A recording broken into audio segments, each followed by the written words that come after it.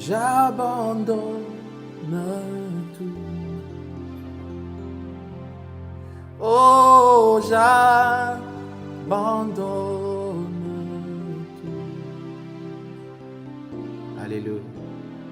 Tout à lui, mon sauveur béni, j'abandonne.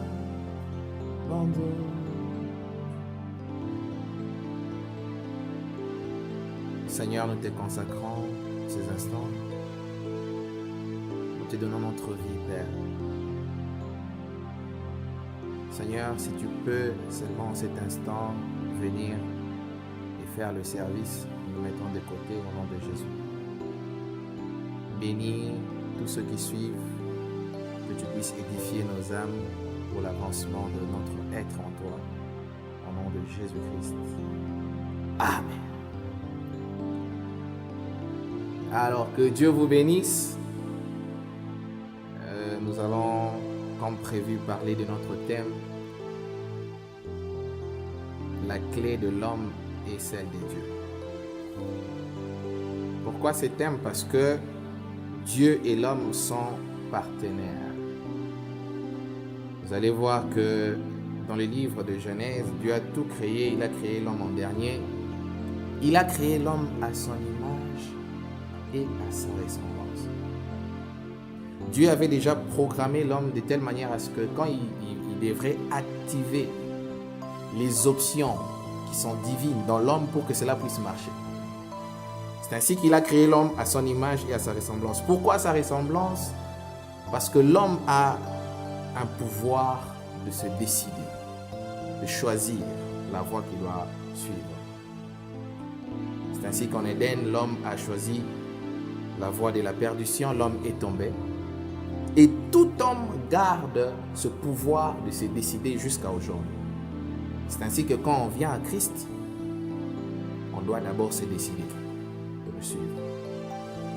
Mais même pour réussir dans la vie, dans tous les domaines bien sûr, il faut se décider. Mais on se décide et on entre dans un jeu dont Dieu définit les règles. C'est pourquoi aujourd'hui nous allons parler de la clé que possède l'homme et la clé de Dieu. Je m'en vais lire dans Apocalypse chapitre 3 verset 20, il est écrit: Voici, je me tiens à la porte et je frappe. Si quelqu'un entend ma voix et ouvre la porte, j'entrerai chez lui, je souperai avec lui et lui avec moi. Je me demande comment Dieu Tout-Puissant ne peut pas entrer dans le cœur de l'homme sans que l'homme ne puisse lui ouvrir la porte. Je me demande comment Dieu peut demander qu'on puisse lui ouvrir. Je me rends compte que Dieu a placé l'homme sur la terre pour que ce dernier soit ce que lui est au ciel. Mais l'homme ne peut pas y arriver par lui-même. Il faut certains principes et c'est Dieu qui donne les principes et les règles du jeu. C'est pas l'homme. Alors aujourd'hui, nous allons rapidement parler de ça. Ça sera une introduction bien sûr, mais on va essayer de voir quelque chose là-dessus. Pourquoi la clé? Parce que avant de maîtriser ou de faire bien quelque chose, il faudra en avoir la clé. On peut vous offrir une maison, une grande maison, mais il y a une petite chose qu'on appelle la clé. Quand vous ne l'avez pas, vous allez passer la nuit dehors. Tu peux acheter un piano, un grand piano, une belle guitare, mais quand tu n'as pas les clés, comment manier cela? Tu vas rester avec cet instrument de musique sans pour autant savoir comment jouer cela. Alors, aujourd'hui, nous allons essayer par la grâce du Seigneur de découvrir ce que l'homme est et ce qu'il doit faire. Parce que l'homme, d'entrée de jeu, j'aimerais dire qu'il est tout puissant. Je ne dis pas qu'il est puissant, mais il est tout puissant. mais à condition. Je vais lire dans Proverbes chapitre 5, verset 3, la Bible dit « Confie-toi en l'Éternel de tout ton cœur et ne t'appuie pas sur ta sagesse. » Au verset 7, il dit « Ne sois point sage à tes propres yeux, crains l'Éternel et détourne-toi du mal. » Nous voyons ici que Dieu a donné des facultés à l'homme, la sagesse, l'intelligence, la force. Mais je ne comprends pas comment ce Dieu l'a dit. Il dit, écoute, ne sois pas sage à tes propres yeux. Il dit, ce que tu dois faire, confie-toi en l'Éternel de tout ton cœur. Je remercie le Seigneur parce qu'il a éclairé nos yeux. Dans Jean 5, 19, Jésus a dit, Jésus reprit la parole. Jésus reprit donc la parole et leur dit, en vérité, je vous le dis, le Fils ne peut rien faire de lui-même, il ne fait que ce qu'il voit faire au Père, et tout ce que le Père fait, le Fils aussi le fait pareillement. Même Jésus, dans la chair humaine qui est Dieu, il ne se décidait pas de faire comme il voulait. Il attendait une volonté divine. Il attendait d'abord que le Père lui montre quelque chose et puis après qu'il le fasse. Alors nous voyons que quand Dieu vient dans la condition humaine, il est soumis aussi à la loi de Dieu, qui est la dépendance des hommes envers celui qui est plus élevé, l'Esprit, donc le Père. Marie a dit, Seigneur, viens, on part à la fête des Canaan et tout. Jésus a dit, votre temps est toujours là. Mais moi, mon temps n'est pas encore là. Femme, qu'y a-t-il entre toi et moi? Et après, Jésus vient. Donc, Jésus faisait toujours les choses que le Père lui montrait. La Bible dit que bien qu'il soit fils, il a appris l'obéissance. Il n'a pas regardé ses privilèges d'être fils comme une proie arrachée pour être égal à Dieu. Et laissez-moi vous dire que Jésus est le modèle parfait de tout être humain sur la terre.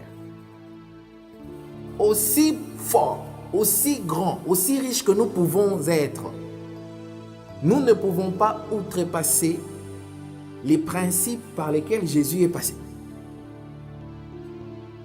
J'aime ce que la Bible dit, il s'est tellement humilié et le Père l'a souverainement élevé, à telle enseigne que dans le ciel et sur la terre, tous genoux fléchissent lorsqu'on cite le nom de Jésus. Alors, nous voyons qu'il y avait une cohésion entre Jésus-Christ, qui était bien sûr Dieu dans la chair humaine, Dieu dans l'homme, et le Père, l'Esprit qui l'habitait. Mais si Jésus-là n'est pas différent de notre Créateur, il n'est pas différent de notre roi, de celui qui nous a façonnés, mais il ne se permettait pas de tout faire par un zèle divin ou par un statut divin, de faire tout ce qu'il voulait, à la minute. Il s'attendait toujours à quelque chose. Pourquoi il s'attendait à ça? Il s'attendait à rencontrer la volonté de Dieu qui doit être faite d'abord sur la terre comme cela est fait au ciel. C'est pourquoi quand il a commencé à nous enseigner sur la prière de notre Père, il dit que ta volonté soit faite ici sur la terre comme cela est fait d'abord au ciel. Mais qu'est-ce que ça a à voir avec notre thème? La clé de l'homme est celle de Dieu. Parce que frère, nous ne réalisons pas à quel degré nous sommes dépendants de Dieu. Même quand nous dormons la nuit pour lever notre petit doigt, la Bible dit c'est lui qui nous accorde l'être et le mouvement. Nous sommes tellement dépendants de Dieu. Il y a certaines personnes qui marchent et puis ils se disent que Nzamba bosaninga, Nzamba tikenga. Frère, si Jésus t'abandonne, tu ne vas même pas faire une minute sur la terre. Si Dieu te laisse, nous sommes tellement dépendants de Dieu à telle enseigne que même le souffle que nous respirons ici, c'est Dieu qui nous le met. C'est Dieu qui nous le donne. Alors, maintenant ici, j'aimerais parler de la dépendance de l'homme envers Dieu et la dépendance de Dieu envers l'homme. Dieu est dépendant de l'homme, je dis oui. Parce que Dieu n'utilise jamais des machines. Dieu n'utilise jamais des arbres. Il pouvait utiliser la lune, le soleil pour évangéliser, mais il a choisi l'homme pour être l'agent principal de Dieu sur la terre. C'est pourquoi, quand vous entendrez parler de Dieu qui dit aux enfants d'Israël, « J'ai vu la souffrance de mon peuple et je suis moi-même descendu », vous allez attendre de voir une grande main, une grosse main dans les ciels pour délivrer les enfants d'Israël. Mais ça sera un homme appelé Moïse qui viendra pour délivrer Israël. Mais pour que l'homme réalise le plan de Dieu dans sa vie, qu'est-ce que cet homme doit faire? Quelle est la clé qu'il doit posséder pour que cet homme réussisse dans toute sa vie et dans tous les projets de sa vie? Quelle est la clé que cet homme doit posséder? La Bible dit dans le psaume chapitre 108, versets 12 à 13, ou 13 à 14, selon les versions, il dit: « Donne-nous du secours contre la détresse, car le secours de l'homme n'est que vanité. Avec Dieu, nous ferons des exploits. Il écrasera nos ennemis. » Vous voyez? Donc, la Bible est un livre de Dieu et l'homme. Tout ce que nous avons dans la Bible comme récit, ça parle de Dieu et de l'homme. Ça ne parle pas que de Dieu.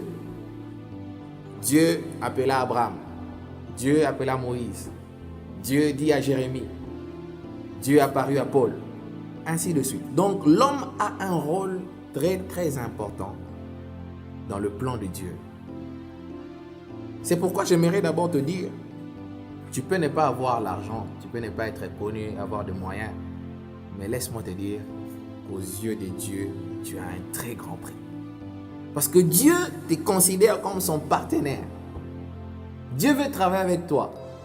Mais non, pour que tu réussisses en toutes choses, pas seulement dans l'œuvre de Dieu, ce qui veut dire prêcher, par exemple chanter et autre chose à l'église, mais même dans notre travail, dans notre vie quotidienne, pour réussir avec perfection, il y a une clé.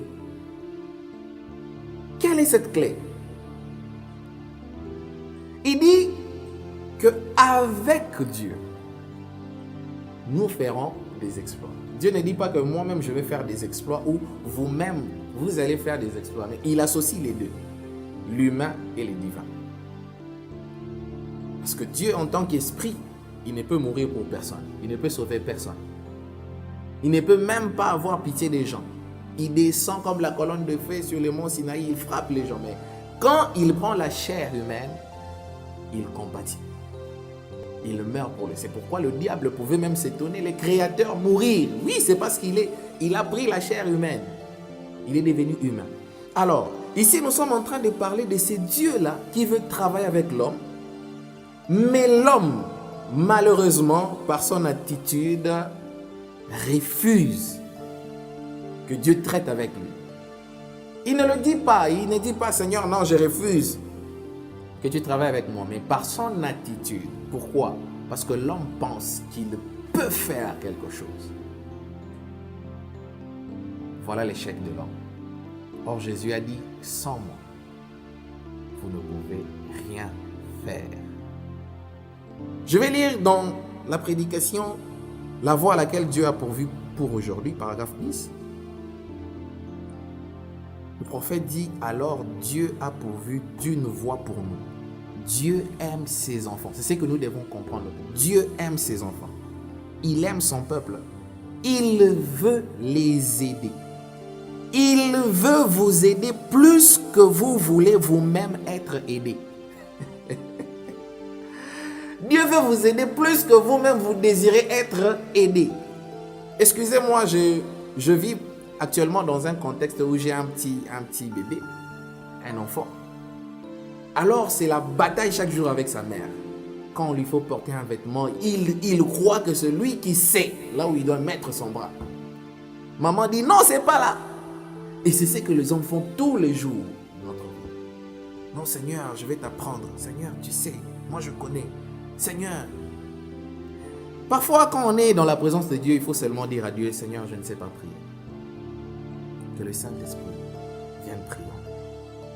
Parfois, quand tu te tiens devant un dilemme, devant un problème, dis seulement, Seigneur, je ne sais pas comment faire ça.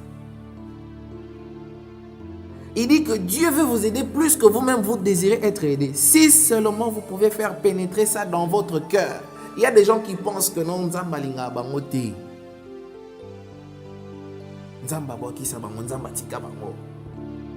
Comment Dieu peut bénir celui-là? Comment Dieu peut assister celui-là? Mais moi, Dieu m'abandonne. Dieu ne t'a pas abandonné. C'est toi. Vous savez, Marie, Joseph, Jude, Jose, les frères de Jésus sont sortis, sont partis. Jésus était resté dans le temple. Il fallait qu'ils reviennent tous là où Jésus était. C'est à toi de faire ce que les autres ont fait. Tu dois revenir. Jésus n'est pas seulement notre sauveur. Il est notre Seigneur. Il est aussi notre maître. Il désire vous aider plus que vous-même vous ne désirez être aidé. Il dit, Dieu est plus disposé à vous aider que vous êtes disposé vous-même à recevoir de l'aide. Mais il y a une voie. Il y a une voie et savoir l'unique moyen par lequel, et à savoir c'est l'unique moyen par lequel il agira. Vous devez accepter ses conditions. Pas vos conditions à vous, ses conditions à lui. Vous voulez que ce soit d'une certaine manière, mais Dieu veut que ce soit d'une autre manière. Comment ça? Il dit, vous savez quand nous disons à Dieu que j'aimerais que je sois un instrument entre tes mains. Est-ce que vous savez ce que ça veut dire? Un instrument ne peut pas commencer à jouer de soi. Il faut que quelqu'un vienne pour commencer à le manier. Quand nous disons à Dieu, Seigneur, tu es le potier, moi je suis l'argile. Parfois nous sommes tellement habitués à dire des choses à Dieu et nous ne réalisons plus la teneur de ce que nous disons et leur signification. Sans moi, vous ne pouvez rien faire. Je vais ajouter encore une citation. La force parfaite par la faiblesse parfaite, paragraphe 166. Le prophète dit ceci, dit, chaque fois que vous échouez et que vous vous rendez compte que vous avez échoué, revenez donc et humiliez-vous. À chaque fois que vous avez échoué et que vous vous rendez compte que vous avez vraiment échoué, revenez et humiliez. Je me demande, Dieu est le Tout-Puissant. C'est un Dieu qui, quand il se fâche, rien ne peut l'arrêter comme la repentance. Qui peut arrêter la colère de Dieu? Qui peut arrêter la fureur de Dieu? Personne. Mais quand un homme s'humilie, il arrête la colère de Dieu. Il dit, devenez faible. Comprenez que vous êtes humain. Il y a des gens qui n'aiment pas admettre que, en fait, ils ont échoué. Ils n'aiment pas admettre que, ici, vous savez, quand vous ne reconnaissez pas vos limites, Dieu ne peut pas vous aider. Nous devons nous présenter devant Dieu avec humilité. Seigneur, tu sais jusqu'où je peux aller. Il dit, reconnaissez que vous êtes humain et aucune de vos facultés intellectuelles ne pourra faire. Les faiblesses humaines ne seront jamais utilisées par Dieu. Dieu se déverse en vous par les faiblesses humaines, puis il s'utilise lui-même. Vous devenez simplement un instrument. Certainement, vous devez vous mettre hors du chemin. Frère, avec la faiblesse humaine que vous avez, qu'est-ce que vous pouvez faire pour convaincre Dieu? D'abord, même quand vous parlez, que ce soit nous qui prêchons ou quand nous prions, est-ce que vous pensez que nous pouvons convaincre vraiment Dieu avec des paroles alors que lui-même s'appelle la parole? C'est impossible. Ce sont des faiblesses humaines par lesquelles nous devons laisser Dieu passer afin qu'il puisse s'utiliser lui-même. À ce moment-là, Paul dit, ce n'est plus moi qui vis, mais c'est Christ qui vit en moi. Il dit, ce n'est qu'avec moi que vous allez faire des exploits. Vous allez vous demander, mais comment j'ai pu faire ça? Ce n'était pas vous. C'était Dieu au travers de vous. La Bible dit que quand l'Esprit de Dieu saisissait Samson, c'est-à-dire que Samson était un homme qui était ordinaire. Mais quand l'Esprit de Dieu le saisissait, il pouvait avec une mâchoire d'âne tuer 1000 Philistins. Pourquoi? Quand l'Esprit de Dieu le saisissait. Mais parfois, il y a eu des moments de gloire dans notre vie ou des moments de succès dans notre vie, alors nous avons cru. Et voilà, nous pouvons faire quelque chose. Et à ce moment, Dieu nous a quittés. Et parfois, nous essayons de nous retrouver, nous essayons de fournir des efforts. Nous nous disons, mais Seigneur, je veux encore. Mais nous n'atteignons pas toujours ces standings-là. Pourquoi? Parce que c'était Dieu qui nous avait boosté au moment où nous nous sommes tellement abandonnés. Il dit, vous devenez simplement un instrument, certainement un instrument. Vous devez vous mettre hors du chemin. Christ identifié dans tous les âges. Paragraphe 238, il dit, maintenant, un don, ce n'est pas juste quelque chose que vous prenez comme une hache et vous vous mettez à hacher et à couper. Ce n'est pas vrai. Un don, ce n'est pas ça. Un don, non. Frère, moi j'ai le don. Si j'impose les mains, tu seras guéri. Frère, moi j'ai le don. Si je te dis marche, frère, moi j'ai le don. Non, sinon Jésus aurait usé de son statut de Dieu pour faire. Mais il est allé à Bethesda, à la piscine. Il y avait beaucoup de malades. Le Père l'a conduit là où il y avait un homme, seulement un seul. Il a dit, lève-toi, prends ton lit et marche. Pourquoi? Il s'attendait à Dieu. Et la Bible dit que ceux qui s'attendent à l'Éternel, et j'aime ça, ils reçoivent des forces nouvelles. Ils courent, ils ne se lassent pas, ils marchent, ils ne se fatiguent pas. Ils se présentent devant Dieu à Sion. Et j'aime le psaume 84, comment il dit que leur force augmente pendant la marche. C'est-à-dire que quand les autres se fatiguent, quand les autres se lassent, quand les autres sont épuisés, mais quand vous vous confiez tellement à l'Éternel, votre force augmente pendant la marche. On va se dire, ah, mais frère, et si tu t'embolis 100 km, tout va quoi mais vous continuez. Parce que l'Éternel est ma force. L'Éternel vous donne un second souffle. Et c'est dans tous les domaines de la vie. Quand vous dépendez tellement de Dieu, vous entrez dans la loi du moindre effort. Vous fournissez peu d'efforts et Dieu fait des prodiges. Et Dieu fait des miracles. Vous savez ce qu'est un prodige? Les prodiges, les hommes ne sont pas aptes ou ne sont pas capables de les faire. Il n'y a que Dieu qui peut faire des prodiges. Dieu qui peut faire des exploits et des miracles.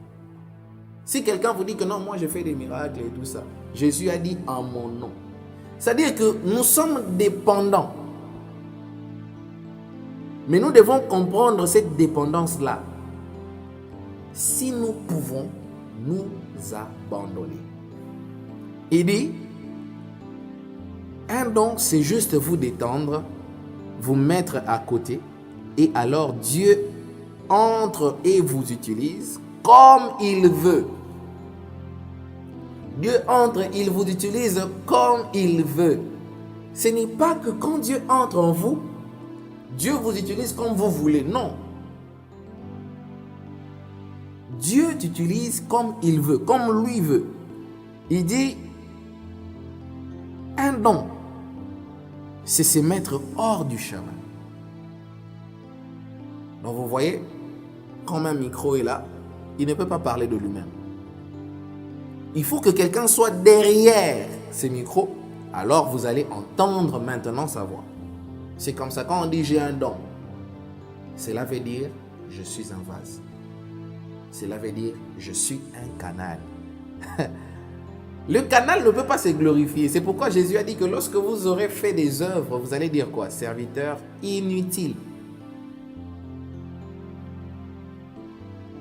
J'aime quand Proverbe dit ne te glorifie pas. Ne compte pas tellement sur ta sagesse. Reconnais-le dans toutes tes voies et lui aplanira tes sentiers. Dieu veut que quand tu réussis dans un projet, que tu dises, c'est pas moi, c'est Dieu qui l'a fait. C'est la seule façon pour lui de recevoir la gloire, parce que Dieu ne compte pas des billets des banques au ciel. Qui va aller donner à Dieu l'argent? Qui va préparer pour Dieu le foufou qu'il mange? Non. Israël en avait eu l'habitude, ils offraient des taureaux, ils allaient vers Dieu avec des sacrifices. Dieu a dit, écoute Israël, il dit que si j'ai besoin de manger des taureaux, il dit tous les animaux des champs m'appartiennent. Il dit les oiseaux du ciel m'appartiennent, c'est pas à vous de me donner ça. Il dit offre à l'Éternel pour sacrifice les actions de grâce. Le fruit de tes lèvres, c'est ce qui le glorifie.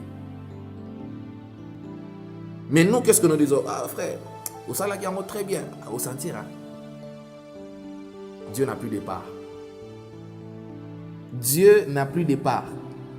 Et la prochaine fois, qu'est-ce que Dieu fait? Il cabode. La gloire est partie. Et nous restons là à nous débattre, parce que nous avons perdu la clé. La clé, c'était, je vais citer la clé ici. La clé, c'est de l'homme, c'est s'abandonner, qui est synonyme du brisement, qui est synonyme de la mort, qui est encore synonyme de perdre ses droits devant Dieu. C'est-à-dire que moi, je suis un homme, j'aime que quand je n'aime pas ça, j'aime que dans des moments comme ceci, que je puisse faire ça. Mais quand Dieu vient, il t'impose. Il dit, ce moment est à moi. Tu t'écartes du chemin. C'est ça la clé de l'homme.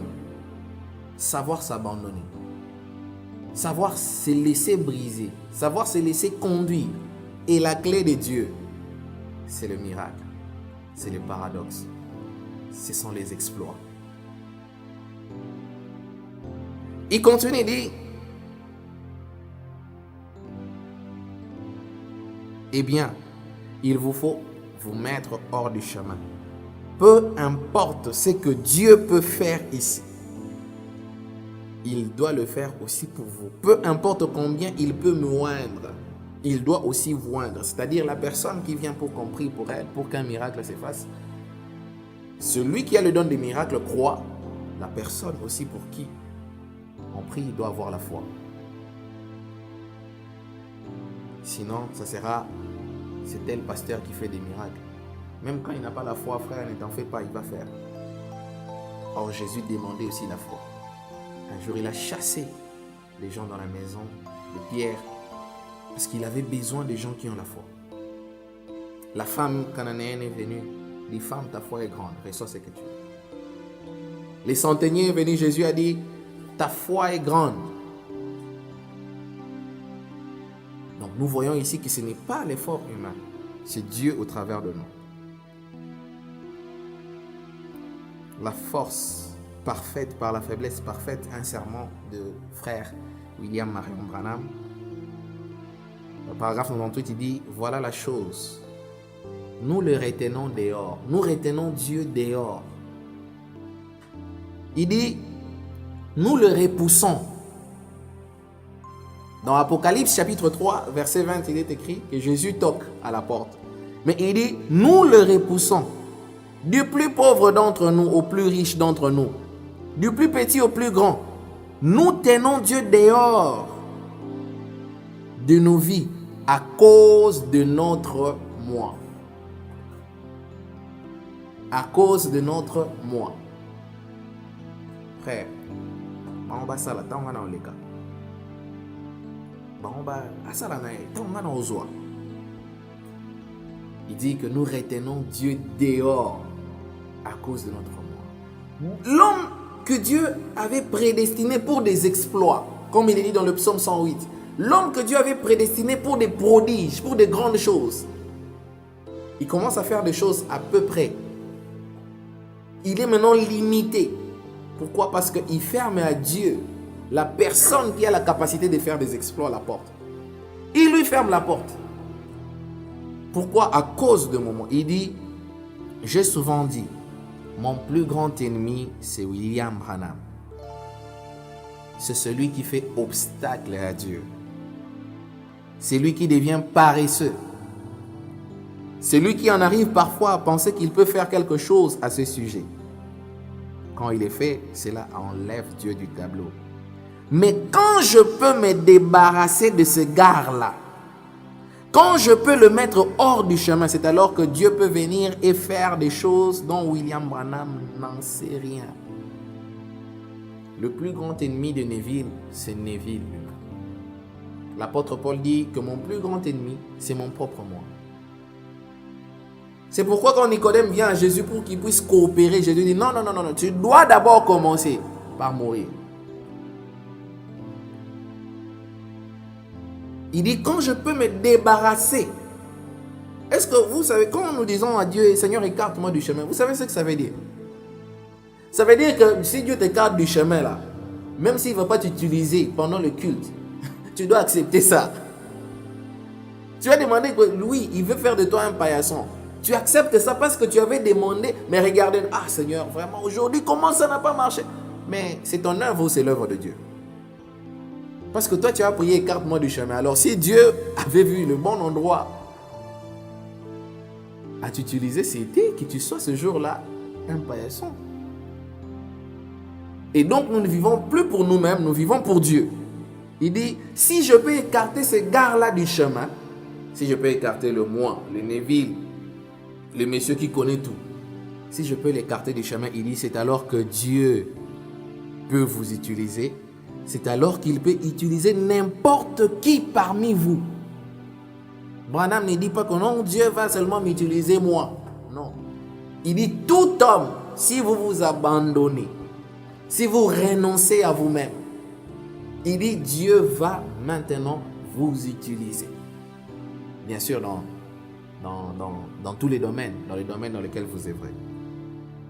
Il dit, si nous nous retirons du chemin, mais tant que nous sommes sur le chemin, alors nous ne pouvons rien faire. Tant que nous sommes là, nous ne pourrons rien faire. Je finis par ça. La vision de Patmos, toujours une prédication de frère Branham, qu'il a prêché, paragraphe 264, il dit Amen. Il ôta tous les obstacles devant les hommes afin qu'ils puissent avoir une communion comme celle qu'il avait en Éden. Ça, c'est Dieu, Jésus-Christ. Bon, l'homme, j'allais ravaler cela. Mais je veux vous le dire, l'homme est omnipotent. Vous ne croyez pas cela, mais il est. Écoutez maintenant, un homme qui est totalement soumis à Dieu est omnipotent. Si vous avez vu Jésus être ce qu'il était, faire ce qu'il faisait, c'est parce qu'il était soumis au Père. Jésus n'était pas un faiseur de miracles comme ça, en désordre, il vient pour sa gloire. C'est pourquoi la Bible dit que ne faites pas de choses par vaine gloire ou par esprit de parti.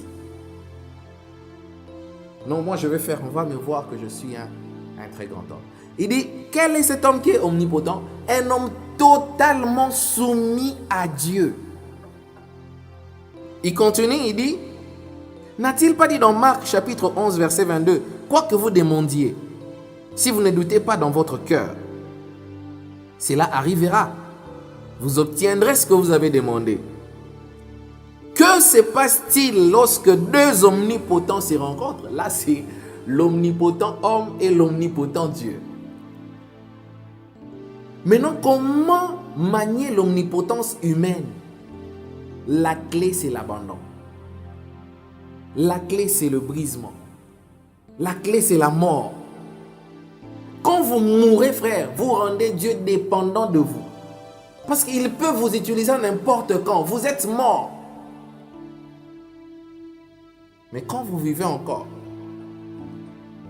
Dieu peut ou n'est pas.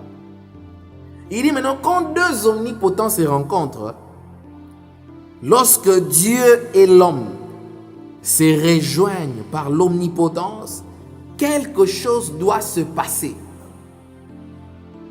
Je vous donne un exemple. Il dit, Moïse a appris par les biais de sa mère que c'était lui le libérateur, c'était lui l'homme fort, c'était lui qui pouvait, avec la connaissance. Mais il est allé pour libérer, il a tué un Égyptien. Il a tué un seul Égyptien. Et Moïse a fui. Il a quitté le palais de Pharaon. Pourtant, il avait toute la connaissance.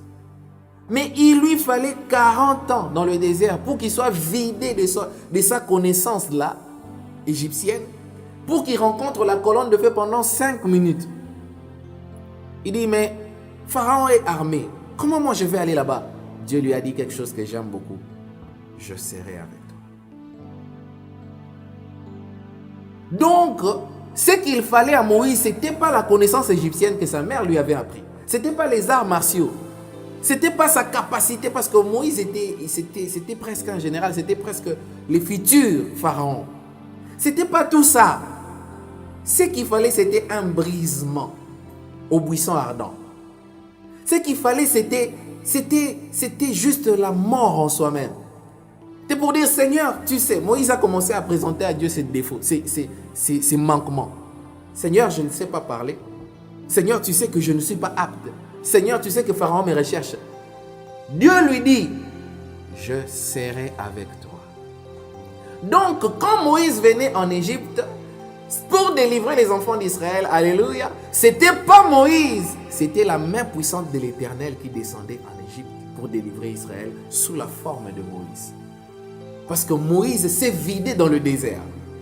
Parce que Dieu avait dit à Abraham que ta postérité ira en captivité pendant 400 ans. Mais par ma main puissante, je les délivrerai. On n'a jamais vu la main puissante de Dieu à part Moïse. Quand l'homme était capable de se vider du moi pour que Dieu entre et travaille. Il dit, alors quand deux omnipotents se rencontrent, quelque chose doit se passer. Quoi que vous demandez. Cette puissance créatrice de Dieu, l'omnipotence de Dieu, sachant qu'il a promis cela, sachant qu'il a dit dans sa parole, cela crée une puissance qui va là et fait des choses qui se produisent. Des choses qui n'existent pas, cela se font cependant, comme si elles étaient, parce que des omnipotents se sont rencontrés. Je vais finir par une question. La Bible est pleine de promesses. Pleine de promesses. Pleine de grandes choses. Oh, en mon nom vous chasserez, en mon nom vous ferez ceci. Avec Dieu nous ferons des exploits. Quand vous lisez Deutéronome 28, plein de bénédictions. Pourquoi tout cela ne s'accomplisse pas? Parce que l'homme place le moi avant tout. Ah, moi je vais prier pour vous, vous allez sentir que je suis un grand prophète. Venez, vous allez sentir que Dieu va faire de grandes choses. On dit Dieu, mais là derrière c'est sa gloire. Et quand Dieu voit comme ça, a fini bouton.